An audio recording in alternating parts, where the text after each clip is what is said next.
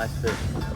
All right, rest of the day. Welcome back to Flipping the Script Fishing. I want to show you a great summertime and wintertime. It's a great rig all the time. Deep water, vertical structure. I'm even going to show you a couple other methods to use it that aren't seen very often. Using it in heavy cover and that kind of thing. So stay tuned for that. Okay, now if you're not familiar, a drop shot rig is nothing more than a weight at the bottom of your line. Okay, typically, you tie your hook onto the end of the line. Well, in this case, you're going to put the weight on the bottom of your line, or on the very end of it, and up from it, you'll have your hook. Okay, so there's nothing between you and that hook, and so it's super sensitive. You feel every little bite, every little nibble, and also you don't have that weight get in the way setting the hook or anything like that. So you tend to get a better hook in the fish much easier, which can be a double-edged sword. If you're used to setting the hook real hard, you need to take off the edge on that. If you can notice in that last video, a lot of times I just do a reel set, and I'll just kind of raise the rod tip and reel at the same time, and the hook sets itself pretty much. My typical drop shot rig is set up with a 6.5 foot to 7 foot medium to medium heavy action spinning rod. Okay, typically that's what I'm going to use when I'm fishing bridge pilings, bluffs, ledges, deep structure, and the fish are finicky and I'm trying to get that bite. I'll spool my reel up with a braided line. Okay, so that will be 20-pound braid, and then I'll have 10-pound test line, or sometimes lighter, but not typically. Usually 10 pounds is about the lightest I go. 10-pound test fluorocarbon. Now I splice the fluorocarbon on with a double uni knot, and I'll show you that here in just a little bit. My braid is my main line, and I'll have typically about 10 feet of fluorocarbon on spliced on here. Now I'll show you how to set that rig up here in just a minute, but let me show you the components that I use. Alright guys, so let me show you the weights and the hooks that I use typically, or 90% of the time, okay? Now, if I'm fishing in open water or on a harder ledge or a bluff, I'm going to be throwing this drop shot weight, okay? And you see the little, let's see if I can focus in on that. You can see the little clasp at the top. You can put your line in. I like those pretty good. Now, if I'm fishing grass, or on the grass edge, I'm going to throw one of these guys, okay? And that's the same idea, it's just slender, okay? So that way it comes through that grass much easier, okay? Now 90% of the time when I'm throwing a drop shot rig, I'm throwing a hook like this one, a regular worm hook. I actually like to have this part to be a little bit longer, okay? So that way the nose of the bait can fit on there a lot better, and I have less problems, less tearing up. The other time, when I'm nose hooking the bait, I'm going to throw a little octopus hook, okay? See that? And that's the hook I'm going to be throwing. That's the hook I'm going to be throwing when it's real finesse conditions, and I want the maximum movement on that bait. Alright, now some of the typical baits I like to throw are your typical worm. Robo worm makes a really good drop shot worm. Now, there's a lot of different manufacturers on these different worms. I like Robo worm. I get more bites out of them, but they are real fragile. And a lot of drop shot baits are real fragile. And the reason for that is because they're supposed to have a lot of action in them. And the more action they have, typically the more fragile they're going to be. So it's kind of a catch-22. You get more bites, but you lose a lot of baits. So you kind of have to have a lot on hand. Another bait I use a lot, is the Jackal crosstail shad. Okay, now I really like these things. These things get bites like you wouldn't believe. Your green pumpkin colors, your shad colors. One really good color is Morning Dawn, or a pink color. Any lake that has a lot of spotted bass in it. You got Lake Lanier, Hartwell. Most of the Tennessee rivers have a decent portion or a decent population of spotted bass as well. They love that morning dawn color. Lake Norman, those places, they really like them. And another bait that I used to use a lot, that I haven't used as much, but is really good, is these gulp minnows. They do really well on a drop shot. Of course, they're really small, so you have to just use that nose hook. But they work really well, and the fish really hold on to them, and they won't let go. And they're also really durable, so I mean, you can catch many, many fish on one little minnow. So here I have my drop shot rig. Okay, here's my hook right here, and here's my weight. Okay, now it's very important you have that hook oriented up. See how the hook point is pointing up? Obviously, if it's pointing down or something like that, you're not going to get a hook in that fish, or you're going to have a hard time getting a good hook in that fish. So you need to make sure it's pointing up, and I'll show you a trick to make that happen. 1/0 off shank worm hook, or offset worm hook. Okay, and now notice there's not much room there. Okay, and you have that line there, so you're going to have the eye of the hook exposed. So anyway, I'll go in. Okay, just a little bit, come out the bottom. All right, down, turn it.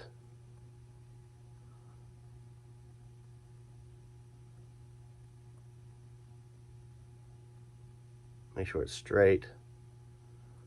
Basically, I'm doing a Texas pose here, okay? There you go, okay? So in the water, be like that, okay? After every cast, you're gonna have to check that, make sure it's still straight on there. All right, so yeah, there it is. It's not much to it. Very simple, very effective. This is a great rig for fishing vertically in particular, and keeping it right in that fish's face until he bites. So you can literally sit there and just jiggle it and until that fish bites. Now I can do that directly over these fish. I can throw it up against the wall and kind of pull on it, throw into grass, and do the same thing. But obviously I have this cylindrical looking one that comes through the grass much easier than this sphere. So it's just a good presentation to keep the bait in the fish's face. For bedding bass as well, you can throw it right on that bed and you can keep it right there and just shake it right in their face until they just suck it in. And oftentimes when they bite, all you'll feel is it will get heavy. So be prepared for that. You know, it's very sensitive and you will feel the slightest bite, but oftentimes it comes by their face and they just suck it in and they're holding on to it and they're not going anywhere. And then when you pull up on it, it feels heavy. So there's no reason it should feel that way, especially when you have it rigged weedless like I have it. If no fish has it, your bait will move and you'll feel it moving. So if it's not, you know, it can't hurt to reel up. When you're fishing vertically, I can make it go all the way to the bottom, or I can pull it up and I can jig it up a couple feet. So this is literally suspended and I'm just jiggling this up and down like this, okay? I can reel up a little bit more, so I can come up 3 feet off the bottom, 6 feet off the bottom, 30 feet off the bottom if I want. So let me show you how I tie this up. I'll show you the double uni knot real quick. I'll try to show it with some bigger line, and then I'll show you how I tie this on, and we'll go from there. All right, guys, here's my basic setup for my my drop shot rig. Got my fluorocarbon line. Obviously, you probably can't see it very well, but it's usually going to be a light line. All right, and I got my pheno clippers. I got my weight, and I got the hook that I typically use. Okay. All right, now when you tie on your hook, you're going to use a Palomar knot. Okay, the Palomar knot, you're going to go in the top end of the hook, like this. Okay, and the reason I'm going to tie this so big is because I want a long tag end, because that's where my weight's going to go. Okay, so pull this all the way out. Okay, I got a long tag end, and I'm going to go back in the other direction. Okay, All right, so what I got is my tag ends here, my main line is here. I got those two together, and I got the loop that I created right here. All right? And what I want to do is I want to take this loop, and I'm going to do an overhand knot on the main line and the tag end, okay?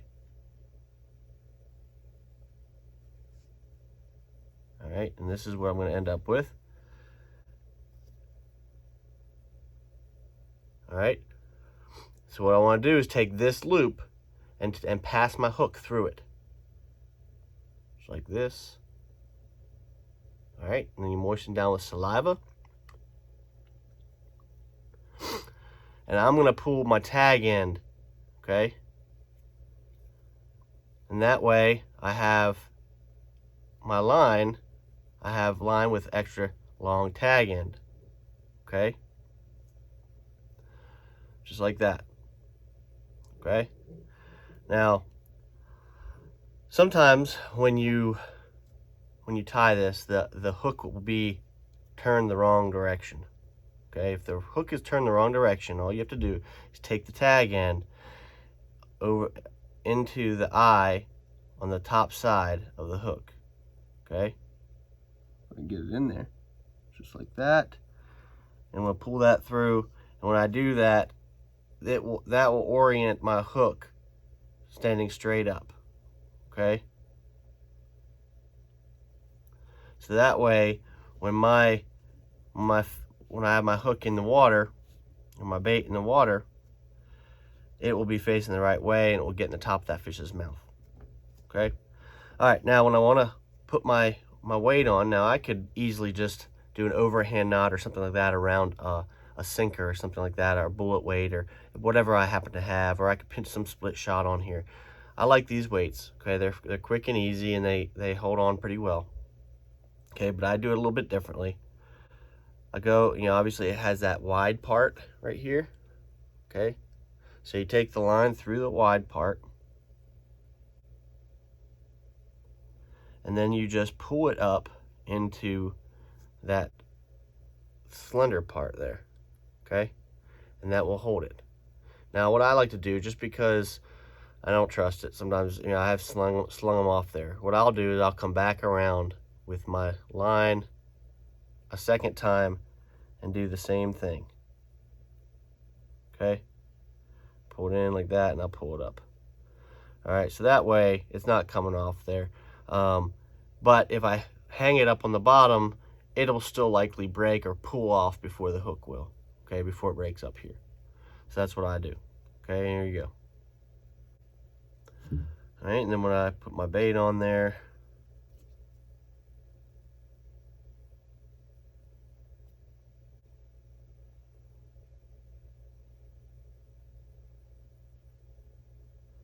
this worm's a little bit worn out, actually, but it'll work for these purposes.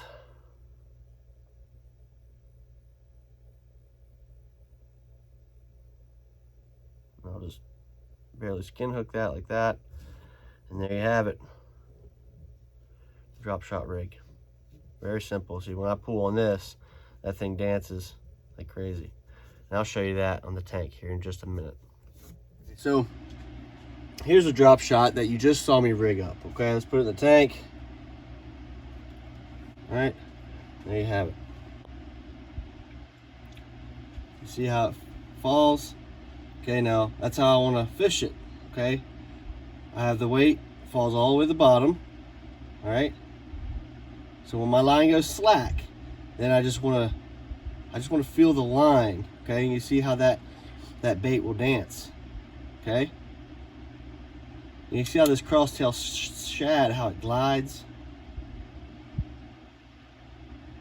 Okay, now if I'm feeling my weight, then I'm still getting decent action, and I can still get bites, but you really want to just allow your bait to sit there right in front of their face. Okay, so I jiggle it and then give it slack, let it fall. Okay, jiggle it and drop your rod tip, let it fall. Jiggle it, do that over and over again. okay? And that's how you want to fish this drop shot. Obviously, if I pull it up in the water column, it's more of this kind of thing.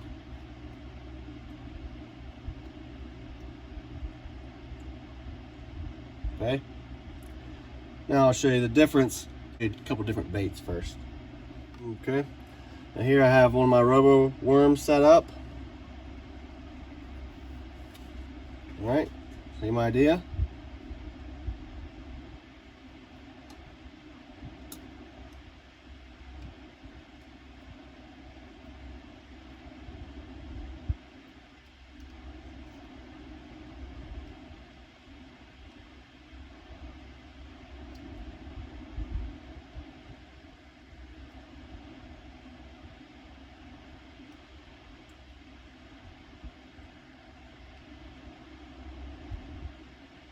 You see why these worms and stuff get such good reactions, because the fall that they have is so nice.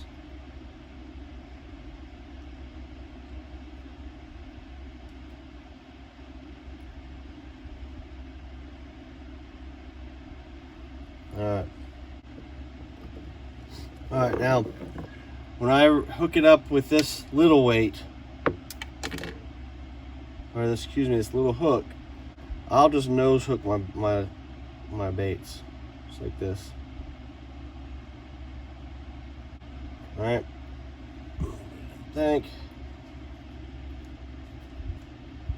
see, it's got a bit more action, but it is definitely will hang up more.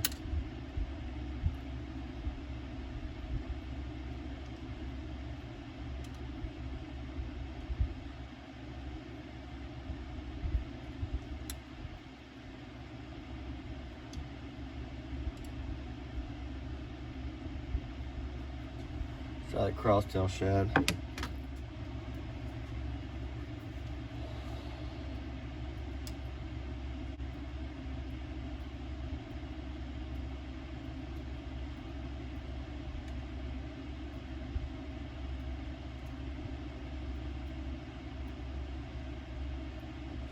See, to me the benefit's not that great. I'd rather have a weedless hook and fish it, and then not have to worry about hanging up. So there you have it.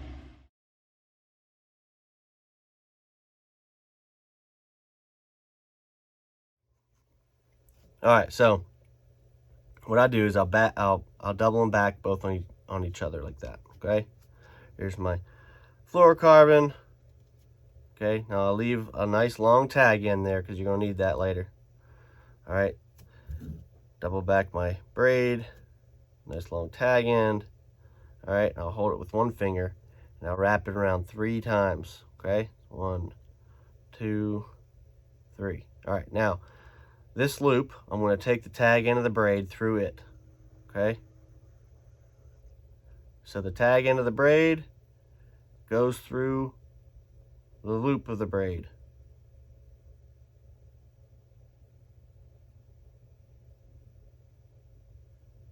Like that. I'll grab that with my hand. All right, now the tag end of the fluorocarbon goes through the loop of the fluorocarbon. All right. See why I have these long tag ends? It really helps. All right, so I'm gonna grab that here. All right, so now I end up with that. You can see that. All right, got my fluorocarbon, my braid, they're looped.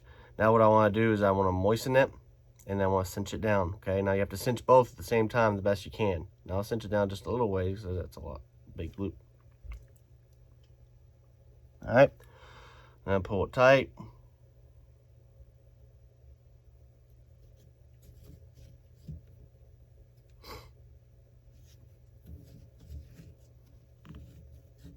All right, now you should be able to pull both of them. It should pop together, see? That little pop. All right, and there it is. Very strong knot, okay? Of course, now I want to cut these tag ends off. I want to get as close as I can too. There's one. There's 2. All right, that is a very strong knot. All right, and it will last a good long while. It's like I said, it's very strong, and caught a lot of big fish with that. So it's a good knot. It's a little bit bulky, so it's not one that I would recommend having on your open spool, because your line will catch on it and it'll cause problems. But usually I'll have a tag in like 10 or less feet, so there it's not typically on the reel with all the other line. Okay, if you have micro eye guides, this is not the knot for you. All right, guys, now what I want to talk to you about now is something that's not thrown very often but can be deadly. It can just give them a little bit different look, a little bit different presentation, and it's a variation of the drop shot. Now, if you've seen the Tokyo rig, it's similar to that, but instead of having that wire, you're just tying on a drop shot on heavy line using a heavy hook and a heavy weight. And you can use the big beefy style hooks and lures and that kind of thing. Okay, so here I got a Mustad 5/0 flipping hook. All right, the pin. These are fantastic hooks. Big fan of them. And then typically you'll use a bigger weight. Now I typically just throw, I'll just tie a bullet sinker on. Okay, this is a 1/2 ounce bullet sinker. Now you can throw your tungsten weights as well. I don't think you need it that heavy unless you're going to be punching. Now you could punch with this rig. So what I'll do, okay, so I'll tie this hook on just the same way as you tie on a regular drop shot. All right, now the way this is different than a Tokyo rig is it's got a longer leader, so you have a lot more leeway. All right, so we'll leave it pretty long. Tie my overhand polymer knot like I showed you in the video, or earlier in the video. A lot of times I'll just tie a regular overhand knot on that sinker, because if I get hung, if the sinker hangs, I want the knot to break at the sinker. I don't want the knot to break at the before the knot. If I can get my hook and my worm back, if I can get that back and just lose the sinker, that's heck, at least I didn't lose all of it. Okay, so tie this down. Now this is 20-pound test fluorocarbon. Got a 1/2 ounce sinker, 5/0 flipping hook, and then I can put my big beefy worms, my big baits on there. I can throw it into the holes in the grass, like if you see patch of grass here and there, or lily pads, those kinds of things. Throw it in there and you just jig it until that bass comes and get it. I can keep it right in front of their face this whole time, and I don't have to worry. It doesn't have to be, the drop shot doesn't have to be a finesse only type thing. It's a great rig, so why not beef it up and use it with the big beefy stuff? So, and it works. You can take this and throw it into a giant laydown that you just want to throw it in there and just jiggle it right in front of that fish's face. Well, this is the rig to do it. Now I can have this far off the bottom, and it's a lot different than Tokyo rig there. I can take my creature bait. There's a copper red flippy doodad. I'll show you what this looks like in the tank here as well. There you have it. Deadly. And it'll get a big bite. So you get that big rig, the big flipping rod, catch some big fish with it. After you caught your limit throwing that little drop shot, beef it up. Go big. Go find some good stuff and throw it in there and get that big mama out of there. So, all right, guys. Now what I have here is the power shot, or basically all it is, power fishing drop shot. Okay, and I have a big flipping hook, and I have just a larger sinker. All right, and I just tied on a bullet weight. It will work fine. You can also buy heavier drop shot weights if you like. All right, first we got copper red flippy doodad. Put that on there first. That hook point in there just so it's under the surface. Okay. With these flipping hooks, that's how you want it. You want it The hook point's like right here, right below the surface. So when the fish bites, it gets the business end of that. All right.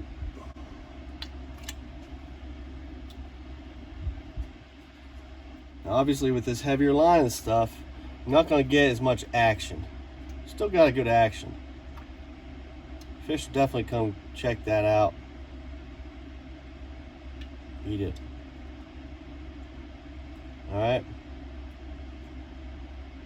Now I like to have a little bit longer tag ends so that I can do a lot of this movement. Because if it's too short, you can't move it too much. So I can sit here, I can still just jiggle it.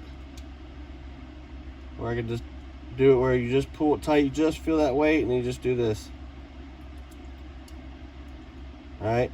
But I like to do this number.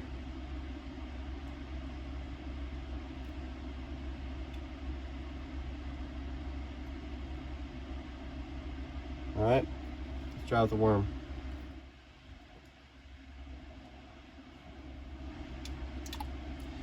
Hardly finesse, okay?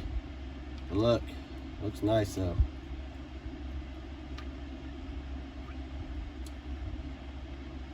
Tell me that ain't gonna get a bite in some grass.